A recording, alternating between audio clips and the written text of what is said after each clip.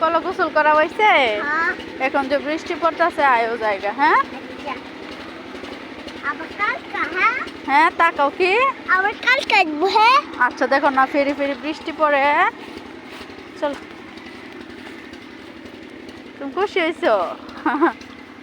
আচ্ছা যাও যাও তাড়াতাড়ি যাও দৌড় দাও তো একটা